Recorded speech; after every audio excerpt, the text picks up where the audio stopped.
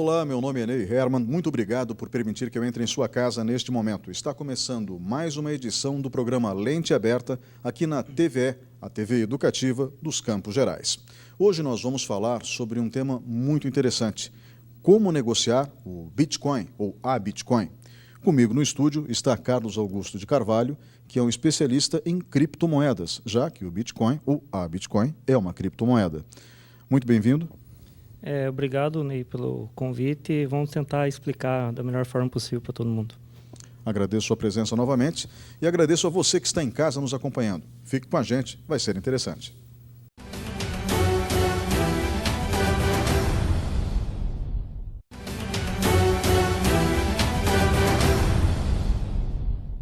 Olá, está começando o segundo bloco do programa Lente Aberta aqui na TVE, a TV educativa dos Campos Gerais. Hoje nós vamos falar sobre como negociar o Bitcoin ou a Bitcoin, depende muito de como você estiver construindo a frase. Comigo no estúdio está Carlos Augusto de Carvalho, que é especialista em criptomoedas, já que a Bitcoin é uma criptomoeda. E eu gostaria que o senhor começasse o programa de hoje primeiro explicando para o público de casa o que é uma criptomoeda. Então, mais uma vez, boa noite a todos. Uma criptomoeda é dinheiro, um dinheiro virtual, né? Você utiliza ele via internet. O porquê que ele é dinheiro? Porque ele não precisa do intermediário de confiança. Aí que vem todo o porquê da tecnologia dele, né? O que é o intermediário de confiança? Um banco. Então, uma criptomoeda é um meio de eu digitalmente passar dinheiro para você sem precisar pegar moeda, papel e te passar. E fazendo isso digitalmente e sem precisar de um banco, tá? Essa tecnologia ela foi primeiramente pensada em 2002, tá? Por um economista. Ele imaginou uma forma de utilizar a internet como meio de propagação de dinheiro, de valor, sem você precisar dos bancos e sem você precisar de uma regulamentação fiscal por parte do governo. Da mesma forma que hoje você, para comprar algum bem sem precisar de um banco ou sem o governo fiscalizar isso, a única forma que existe é você fazer isso com papel, moeda, com dinheiro. Você chegar lá com dinheiro em mãos e fazer a sua compra do seu bem, é a única maneira que tem. Se você for pagar por um boleto, um cartão de crédito, tudo isso vai ser feito de uma forma indireta. Isso é o que eu quero dizer com isso. Não é você que vai estar fazendo essa operação. Vai ser esse intermediário, que no caso seria o banco ou operadores de cartão de crédito que estaria fazendo para você. Então, ele pensou num meio de fazer isso. Após passado esse tempo, houveram duas tentativas de criar um meio digital que fosse direto, fosse ponto a ponto, tá? De se fazer essa transferência de valor. O primeiro deles se chamava DigiGold, né? E o segundo método B-Money, tá? Mas, infelizmente, nenhuma dessas duas abordagens tiveram sucesso. Em 2008, quando houve a crise imobiliária nos Estados Unidos, que houve a quebra de vários bancos, né? O Lehman Brothers quebrou, o mais famoso deles, né? E aí veio uma enxurrada de outros bancos menores quebrando. Após esse episódio, numa lista de e-mail que alguns especialistas em criptografia, inclusive os dois idealizadores dessas tecnologias que eu citei, discutiam como fazer aquilo se tornar prático, apareceu uma pessoa utilizando um pseudônimo de Satoshi Nakamoto. E ele trouxe algumas ideias ali, e isso ficou conhecido como Manifesto de Nakamoto, tá? Então, ele pegava a ideia desse economista, mais as duas abordagens dessas tecnologias, e trouxe alguns ingredientes a mais. E nessa mistura saiu a ideia do Bitcoin, certo? Então, ele protocolou isso, né? E foi desenvolvido, então, o software, hoje é conhecido como Bitcoin Core, que é o software que faz toda a gestão da rede Bitcoin, tá? Para tentar explicar para as pessoas de casa, é um programa de computador que roda na internet, protegido por um sistema criptografado, ou seja, virtualmente impossível de você acessar esse sistema. Depois eu gostaria que o senhor explicasse por quê. E, dessa forma, nós compramos uma quantia que seria referente à nossa moeda em particular e negociamos, então, valores em Bitcoin na internet sem necessitar nem de bancos nem de governos. Ou seja, eu posso fazer uma transação, por exemplo, vou comprar uma espada japonesa direto de Tóquio, né? E entro em contato com um armeiro no Japão. E a minha transação é feita ponto a ponto, ou seja, como se ele estivesse do meu lado ou na minha casa ao lado. Eu estou entregando dinheiro, só que não é dinheiro papel, ou dinheiro moeda, papel moeda. É dinheiro eletrônico, mas diretamente para essa pessoa. Seria isso? É exatamente isso, né? A internet é como se fosse a estrada para a gente fazer essa operação, né? Hoje, se você usar os meios tradicionais para fazer essa aquisição, que primeira coisa que vai acontecer? Você não consegue transferir esse valor, né? Então, você vai precisar de um banco, para esse banco, ou uma operadora de cartão de crédito, para fazer essa operação para você. E todas essas informações ficam registradas centralmente e são transferidas para os órgãos fiscalizadores, governamentais fiscalizadores. Então, não foi você que comprou, foi o intermediário que comprou para você e depois você cobrou por isso, certo? Então, o Bitcoin é exatamente isso que você falou. Não só ele, mas todas as demais moedas criptográficas, elas funcionam exatamente dessa forma. Você, usando esse exemplo que você citou, você está comprando esse bem lá no Japão como se você estivesse em frente ao comerciante. Tá? Uma coisa interessante de se falar, estamos dentro dessa pergunta ainda, onde que roda esse programa? Tá? Que isso, às vezes, o pessoal fica em dúvida. Esse programa pode rodar em qualquer computador. Tá? Por exemplo, o que esse programa é? Ele é uma carteira, primeiramente, para você poder armazenar os seus bitcoins. Ele é um livro de registro também. Então, você tendo esse programa instalado no seu computador, você fica com uma cópia do livro de registro de todas as transações que são feitas no mundo utilizando o Bitcoin. Você, então, seria um guardião de uma cópia desse livro. É um sistema de mineração, que depois a gente explica o que é isso, que é a forma que é criado o Bitcoin. E tudo isso faz você ser um nó de rede. Tá? O seu computador, sua máquina, se estiver habilitada para essa função, você vai ser uma esquina nessa rodovia. Tá? Então, você vai ajudar ao tráfego de informações da rede Bitcoin. Tráfego fluir mais rapidamente pela rede. Bom, só para explicar para as pessoas de casa, quando a gente fala em sistemas protegidos por muros virtuais, que seriam os códigos criptografados, né, nós temos alguns exemplos no mundo. Por exemplo, os grandes bancos. Todos eles têm seus sistemas operacionais protegidos por senhas criptografadas. Então, um hacker, para conseguir entrar nessas muralhas criptografadas virtuais, ele tem muita dificuldade. Mas tem gente que consegue derrubar essas muralhas criptografadas de um banco ou até mesmo do Pentágono, como já aconteceu. Né? É cana na certa. Né? Se estiver morando nos Estados Unidos e o hacker fizer isso lá, ele vai preso. Sim. Né? Afinal de contas, ali tem armas nucleares, tem códigos de armas nucleares. Não é brincadeira para criança. Sim. Mas o fato é que os hackers conseguem fazer isso. No entanto, a gente está falando de pontos fixos. O banco tem uma central de operações, o Pentágono tem uma central de operações. No caso do Bitcoin, não existe uma central de operações para atacar, né? Não. Essa que é um dos grandes benefícios desses sistemas de redes, porque eles são descentralizados, eles não possuem um dono. A rede Bitcoin, nesse exemplo, não tem um dono. Ninguém é dono da rede Bitcoin. Você pode se tornar um participante da rede, mas ninguém é dono dela, certo?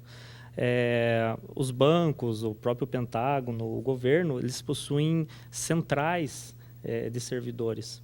E essas centrais de servidores possuem endereços, no caso seriam os endereços IP e algumas outras coisas, para não entrar muito nessa parte técnica, que são alvos.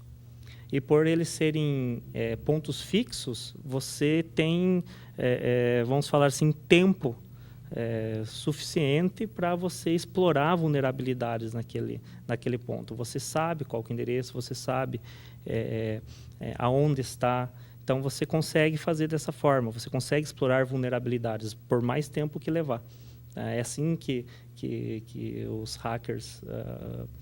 é essa abordagem que é utilizada. Tá? Eu sei onde que está meu alvo, só preciso de um tempo para encontrar a vulnerabilidade apropriada para ser explorada. Falando de uma rede independente do tipo de criptografia que está sendo usada para fazer essas proteções, esses muros. Tá? O fato é que todo o sistema informático possui vulnerabilidades. O que faz com que a rede Bitcoin seja tão segura é exatamente não possuir esses pontos de ataque fixos. Como ela são milhares de máquinas que fazem a segurança, essa guarda da rede, não há hoje um meio, incluindo países, não há, por exemplo, como a China ou os Estados Unidos, usando todo o poder computacional deles, inclusive o poder computacional privado, vamos falar assim, não só o governamental, destruir uma rede como a rede Bitcoin. Ela já é a maior rede do mundo. Pois é, aí eu gostaria de citar dois casos específicos que nós conversávamos antes de iniciar a gravação. A NSA, que é a Agência de Segurança dos Estados Unidos, Sim. E o governo chinês, através do seu serviço de inteligência, chegaram à conclusão que é impossível desmantelar a rede Bitcoin, é isso? Exatamente. O Congresso americano, ano passado, encomendou para a NSA um relatório para saber se a rede Bitcoin poderia ser desligada. E a conclusão desse relatório foi não consegue-se mais desligar a rede Bitcoin pelo tamanho que ela está hoje. Hoje ela é a maior rede do mundo já. O governo chinês esse ano teve a mesma abordagem, né? Encomendaram um relatório e a conclusão do relatório foi a mesma. Hoje não se consegue mais desligar ela. Não só ela, tem uma outra rede de uma outra criptomoeda chamada Ethereum que está no mesmo patamar, já não é possível mais ser desligada.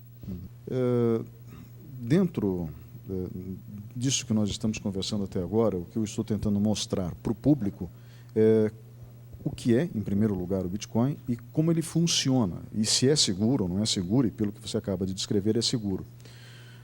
Uma outra coisa que chama a atenção de quem lida com esse assunto pela primeira vez é o valor que atingiu nesses últimos anos. Então, ele é lançado em 2008, em 2010 aqui no Brasil vale 5 centavos de real. 5 centavos de real, um Bitcoin. Exatamente. E daí, chega alguns dias atrás, agora em 2017, ou seja, 7 anos depois, valendo 18 mil reais um Bitcoin. Isso, 18 mil reais. Agora teve uma recuada no preço, né? Sim, está na casa dos 9.700 reais agora. Mesmo assim, 9.700 já é um valor estratosférico comparando com 5 centavos de real de 2010. Sim. Como que houve esse processo de valorização, para as pessoas poderem entender isso? Então, quando começou a sair a conversa sobre o Bitcoin, começou a sair do meio técnico, tá? Então, no Japão, começou-se a utilizar ele para você comprar itens de jogos. Jogos eletrônicos? De jogos eletrônicos, de videogames. Então, vamos lá supor, você tinha um jogo lá, que você tinha que comprar alguns itens, uma espada, um escudo lá para equipar o teu personagem. Né? Então, você precisava ter bitcoins para comprar esses itens. E aí começou a difundir a existência disso. E quando passou-se a analisar, descobriram que ele era ponto a ponto, que um banco e o governo não precisavam ficar sabendo dessa transação, aí começou-se o mercado negro começou a abrir os olhos para isso. Porque até então ele era invisível, as transações eram invisíveis. Tá? Então, você poderia fazer isso de uma forma totalmente anônima. Ou seja, o senhor fala da internet profunda, Deep Web. Exatamente, é Deep Web. Né? Então, começou a se utilizar bitcoins aí para tráfico de drogas, compra de armas, esse tipo de coisa. Tá? Aí houve um boom no preço do Bitcoin. O primeiro boom no preço do Bitcoin foi por causa disso. A procura foi muito, muito grande. Tá? Aí criou-se um mercado de drogas também, bastante sofisticado a nível global e num curtíssimo espaço de tempo. Vamos falar assim, 2010, 2011, em um ano. Era algo assim, via Deep Web, você morando na Índia, você podia encomendar de um traficante drogas e receber por correio pagando com Bitcoin. Tá? Então, aí mais do que triplicou, quadruplicou o preço do Bitcoin por causa disso. Com o passar do tempo, havendo essa demanda, obviamente, os órgãos de segurança começaram a estudar isso. E descobriu-se o quê? Que o anonimato do Bitcoin ele poderia ser suplantado. Então, foram desenvolvidos métodos forenses para você rastrear essas transações. Aí o maior mercado negro até então de drogas, que era conhecido como Rota da Seda, Silk Road, foi desmantelado. O proprietário desse site, hoje ele cumpre prisão perpétua nos Estados Unidos, foi preso em 2014. E aí o que aconteceu? Houve muita exposição da mídia por parte disso. O Bitcoin ele tem esse valor, mas ele é utilizado para meios escusos. Só que quando foi desmantelado a Rota da Seda, descobriu-se que ele não era um mercado tão anônimo assim. O que aconteceu? Quem utilizava essa criptomoeda na Deep Web começou a migrar para outros tipos de criptografia, para outros tipos de moeda aos poucos, e o interesse do Bitcoin nesses mercados começou a se reduzir. Só que, mais uma vez, puxando todos os benefícios dele, tá? Eu poder fazer qualquer tipo de compra em qualquer lugar do mundo, transferir valor, transferir dinheiro para qualquer pessoa no mundo, sem precisar pagar taxas bancárias, essas coisas, começou-se a cair no gosto do mercado tradicional. Aí começou a atrair outros tipos de profissionais, só que aí não pessoas escusas, né? Começou a atrair profissionais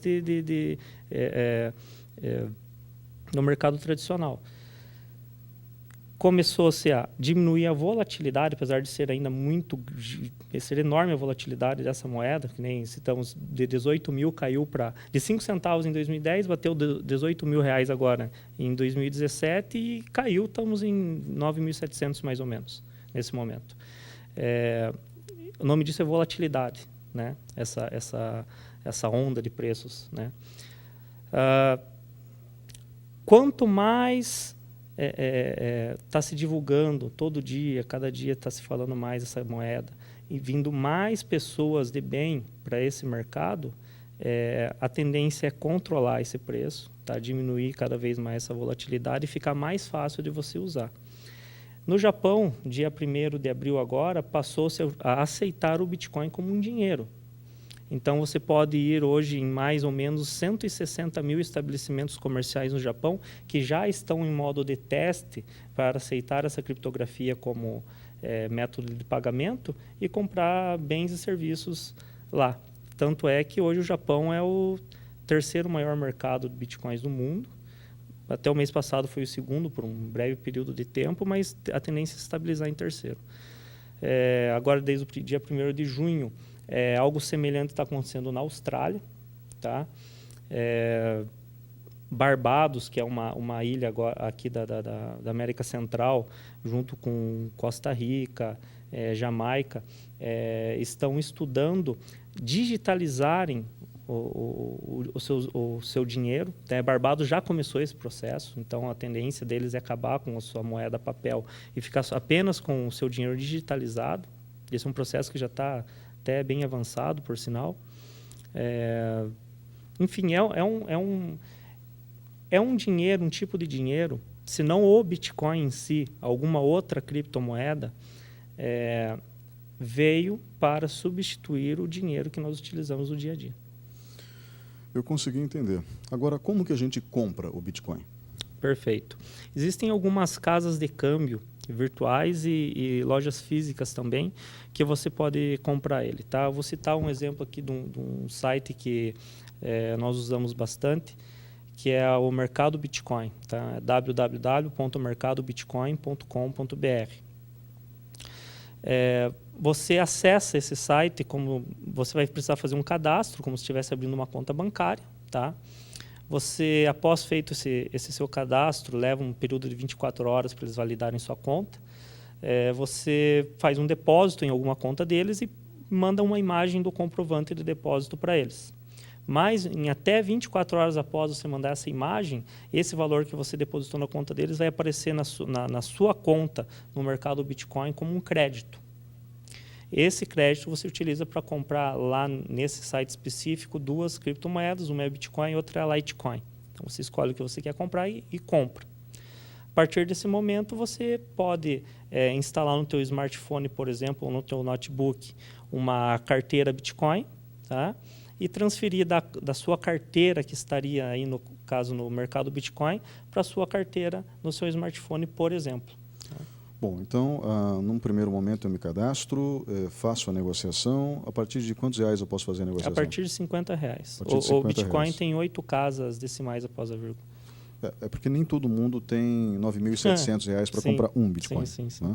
Eu vou comprar 10 Bitcoins. R$97 mil também não é dinheiro de troco. Né? Não, de forma alguma. Mas se eu tiver R$50, eu posso comprar uma fração de um Bitcoin. Perfeitamente. Porque tem 8 casas depois da vírgula. Exato. Então, eu me cadastro, faço a compra, fico com essa fração de Bitcoin dentro de uma carteira que a empresa fornece, ou então eu baixo um aplicativo no meu celular, no meu computador, e daí fica dentro do meu equipamento de informática. Exatamente. Tá. Digamos que eu tenha essa carteira dentro do meu celular e perca o meu celular. Então vem uma das melhores coisas aí, você comparando com o nosso dinheiro normal, né? Nosso dinheiro, o que aconteceria se você perder a sua carteira? Primeira coisa que você faria seria, se você tem cartões de crédito e débito, ligar para o banco para cancelar esses cartões. E o que você tinha em espécie, você perdeu, infelizmente, dificilmente vai conseguir recuperar. Com criptomoeda, no caso dinheiro digital, você pode manter um backup, como qualquer arquivo. A forma de validação desse dinheiro que é um dos segredos de sucesso dele. Se você tem que fosse um Bitcoin lá, quase R$10 mil guardados numa carteira que estava instalada no seu smartphone e você perdeu isso, mas manteve uma cópia dessa carteira em um pendrive, por exemplo, o que você vai fazer? Você vai, se não tem um outro smartphone, você vai instalar uma carteira, um software de carteira, né, em qualquer computador ou num outro smartphone. Você vai pegar este arquivo que está salvo dentro desse pendrive, vai validá-lo nesse software, tá, utilizando a mesma senha que você já tinha, e a partir da hora que você fizer essa validação, essa carteira vai valer no lugar daquela que você perdeu. Mas tem que ser rápido, porque a pessoa pode tentar validar o que tem no teu celular, caso ela tenha furtado o celular com a carteira dentro, a carteira de Bitcoins. Sim, ela vai precisar saber também a sua senha, né? A senha para você entrar na sua carteira. Mas da mesma forma, assim. Não é nem um pouco fácil. Mas da mesma forma que você, praticamente imediatamente após perceber que você perdeu sua carteira, vai ligar para o banco para cancelar os seus cartões, pelo menos é assim que a maioria das pessoas faz, obviamente que uma das primeiras coisas que vai fazer vai ser validar a sua carteira que você tinha salva como backup. Ou seja, você não perde o dinheiro, só reinsere, como é que eu posso dizer, o dinheiro virtual de novo na rede. Exatamente. Perfeito. Obrigado pela participação nesse bloco. E nós voltamos em instantes com o programa Lente Aberta. Por favor, fique conosco.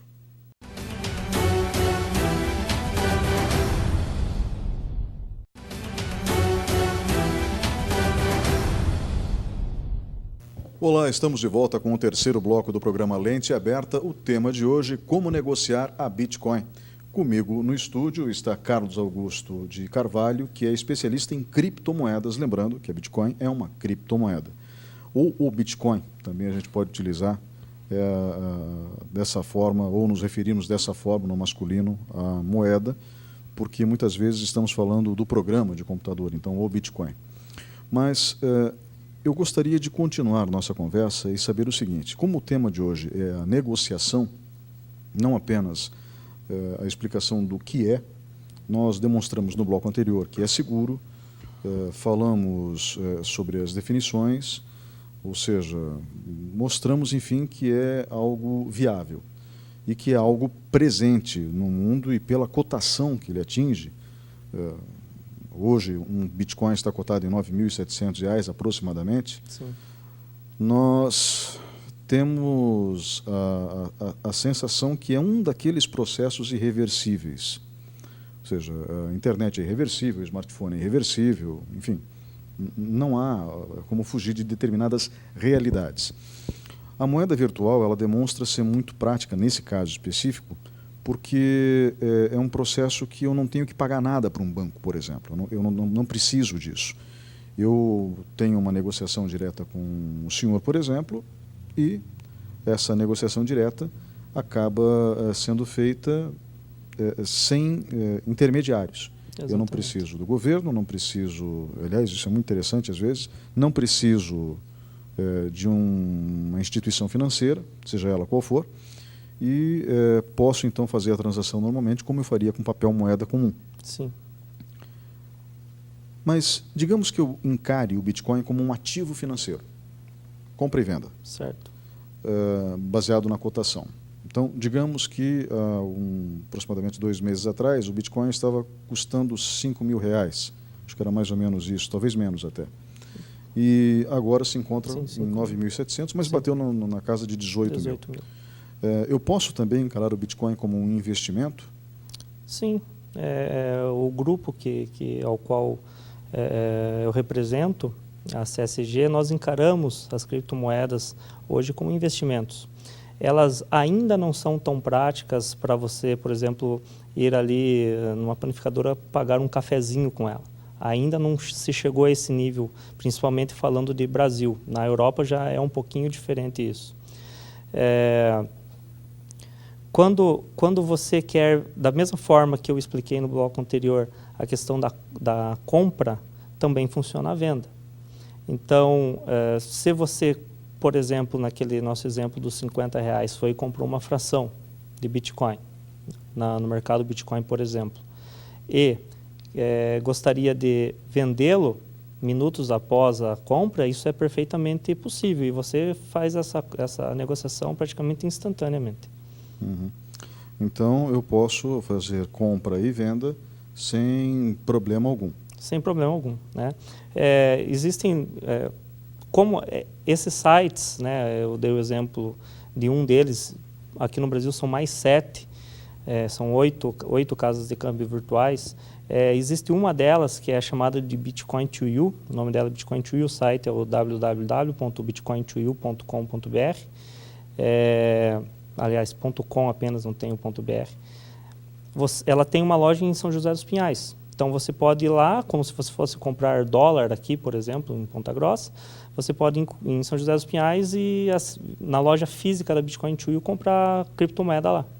Eles hoje trabalham apenas com Bitcoin, mas isso é possível. Então, em vez de estar fazendo toda essa operação pela internet, sem ver quem que estava ali fazendo as validações para você, você vai conversar com alguém diretamente. Me deixa entender o seguinte: se eu quero fazer uma transação com outra pessoa em Bitcoin, de maneira bem didática, como que ela ocorre? Perfeito. Vamos voltar ao nosso exemplo do smartphone, certo? Se você for num estabelecimento comercial que aceite Bitcoin, o que esse estabelecimento vai ter? Tá?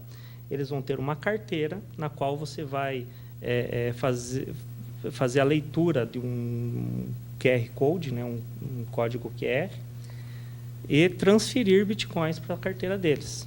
Tá? Isso é feita praticamente de uma forma instantânea hoje para 0 validações, e alguns estabelecimentos comerciais estão aceitando isso, inclusive aqui em Ponta Grossa, né?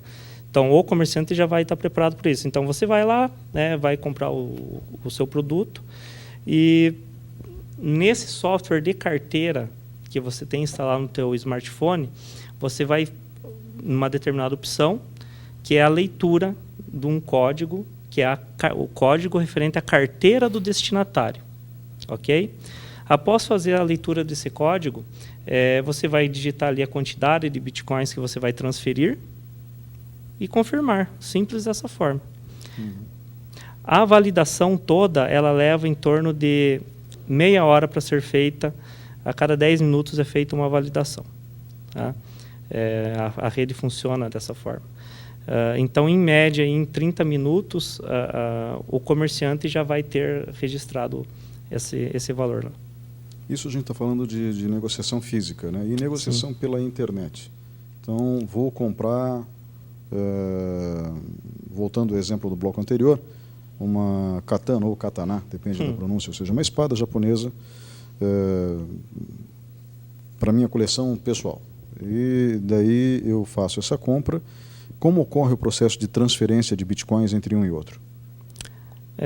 Ok. Muito semelhante à forma física que eu comentei, tá? Então, vamos supor que você esteja fazendo essa operação através do teu smartphone, certo? Então, você não vai ter como ir lá, ler um QR Code, está comprando no Japão, mas ele também tem um código de carteira, tá? Então, vamos falar da questão da confiança, que engloba as transações pessoais, tá ok? Você, obviamente, só vai transferir o Bitcoin para ele se você tiver plena confiança de que ele vai transferir o bem para você. Talvez esse seja o ponto de você necessitar de um terceiro. Existem algumas empresas no mundo, uma que eu posso citar, uma chamada BitGo, que faz essa intermediação para você. Só que como eles também operam na rede Bitcoin, eles não, essa informação que fica passando por eles, por exemplo, não vai para fora da rede. Pela forma que a tecnologia por trás do Bitcoin funciona. Então, essa informação fica segura a eles. O que eles fazem o monitoramento da seguinte maneira. A hora que o comércio for realizado, ou seja, você enviou o Bitcoin, eles receberam isso, e o outro comerciante enviou o bem, eles passam esse Bitcoin para o comerciante. Existe um termo chamado contrato inteligente, tá? Muito utilizado na rede Ethereum, que é uma rede pouco diferente da rede Bitcoin, mas funciona praticamente da mesma forma, só que tem essa questão dos contratos inteligentes, que é uma evolução, vamos falar assim, da tecnologia do Bitcoin. Eu vou dar um exemplo de uma prestação de serviço virtual. Vamos supor que você tem algum problema no seu computador, tá? E você contratou um especialista no Japão para fazer esse trabalho para você, tá? Então, você tem um problema lá, esse especialista no Japão sabe como resolver isso para você e vai acessar o seu computador de forma remota para resolver esse problema.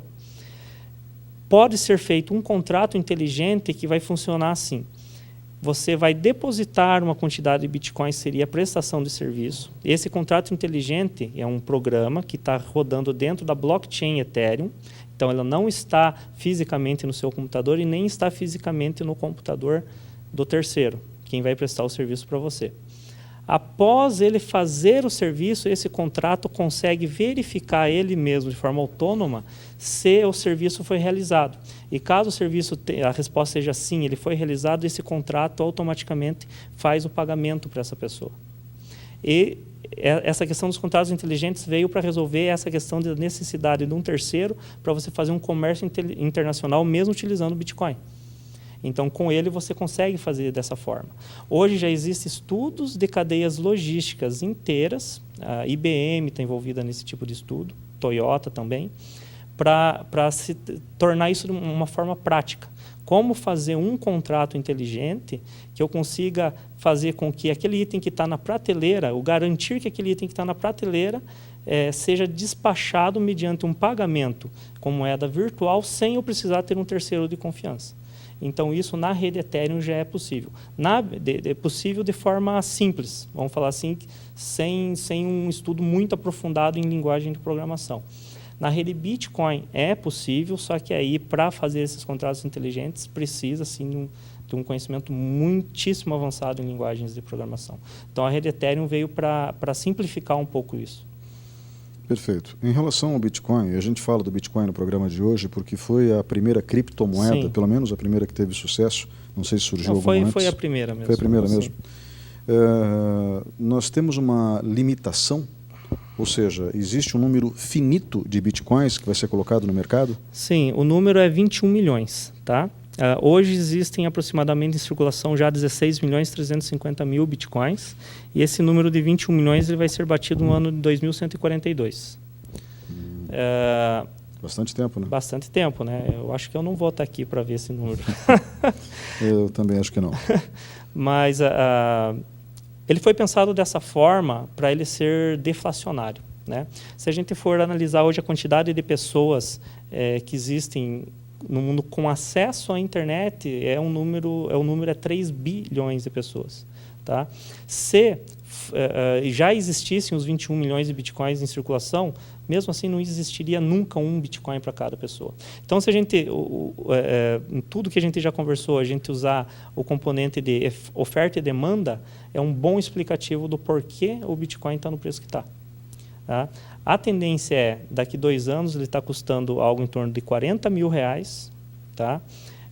Existem análises que no ano de 2025 ele vai estar custando algo perto de R$1 milhão.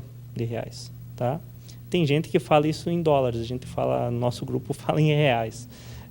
Existem outras análises que falam que vai bater $100 mil, mas tudo é possível aí. Tanto é possível que em 2025 ele não seja mais a moeda predominante. Também é possível. Mas que uma criptografia, alguma moeda criptográfica vai estar liderando esse mercado nascente, né, que é o mercado das criptoocorrências, das criptomoedas, isso é fatal. Né?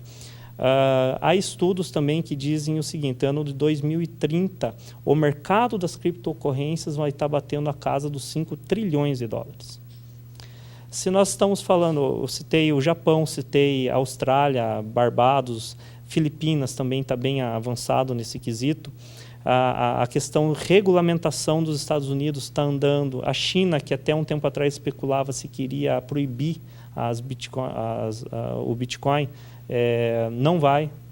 Inclusive, há incentivos para empresas que fazem a mineração do Bitcoin na China. A Rússia era um outro país que falava assim, proibir, isso até agosto, setembro do ano passado, falava assim, proibir o Bitcoin. Hoje, não. Hoje, eles estão abraçando essa tecnologia. A China está digitalizando o renminbi, que é uma moeda deles. Então, o renminbi, daqui a alguns anos, não vai existir mais renminbi em circulação papel-moeda. Vai ser totalmente digital.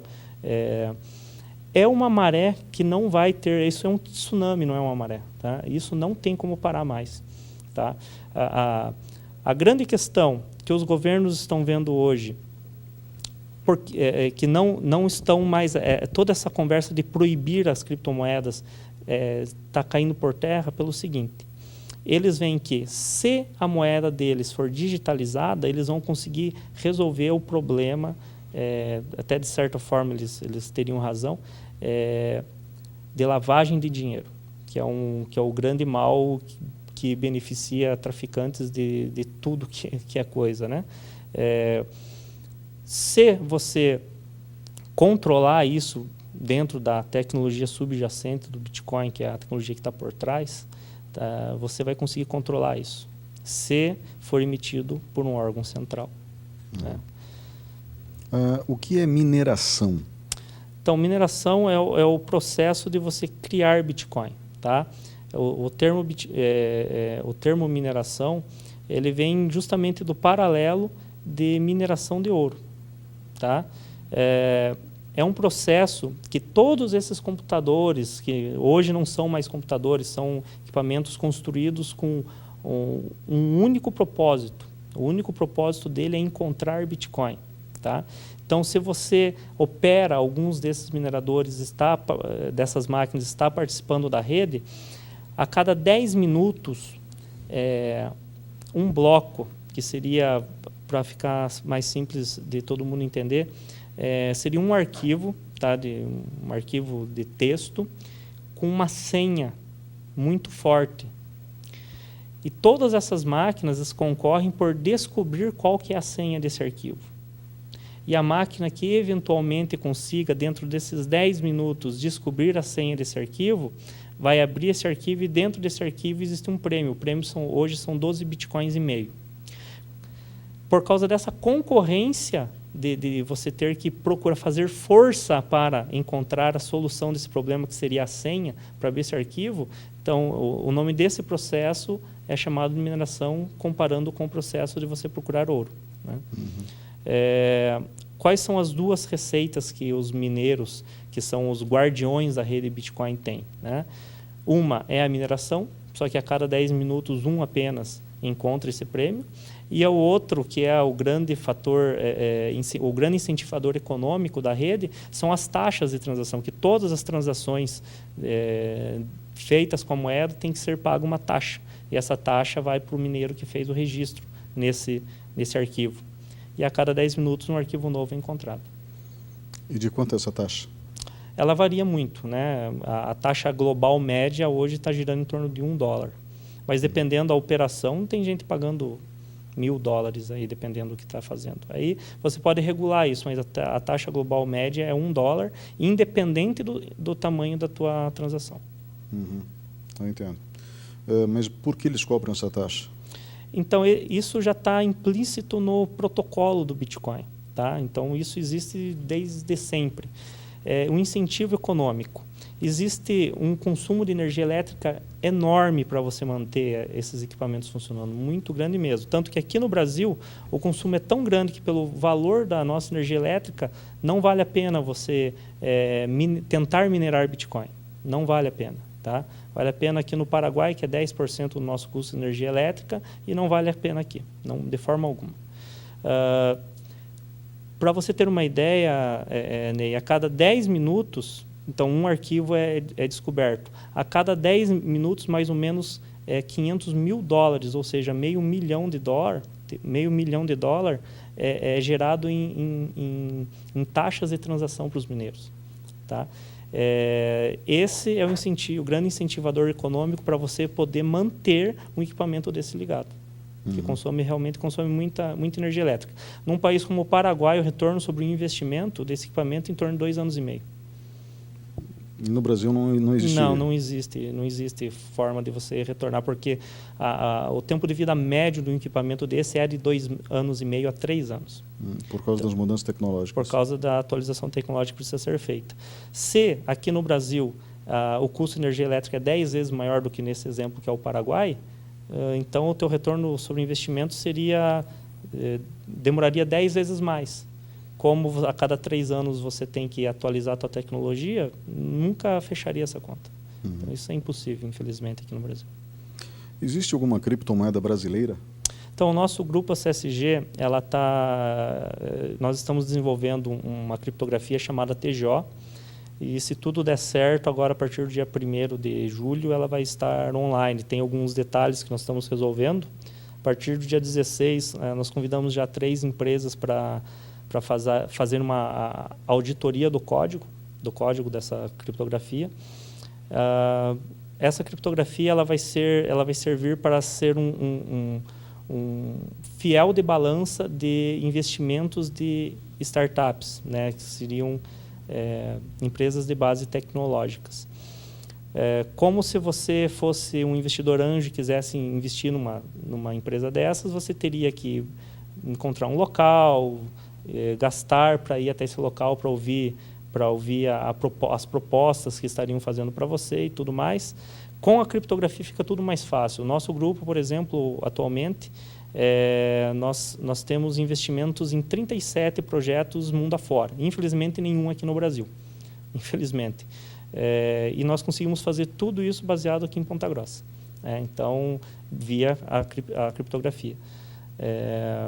Coisa que no mercado tradicional se tornaria muito oneroso.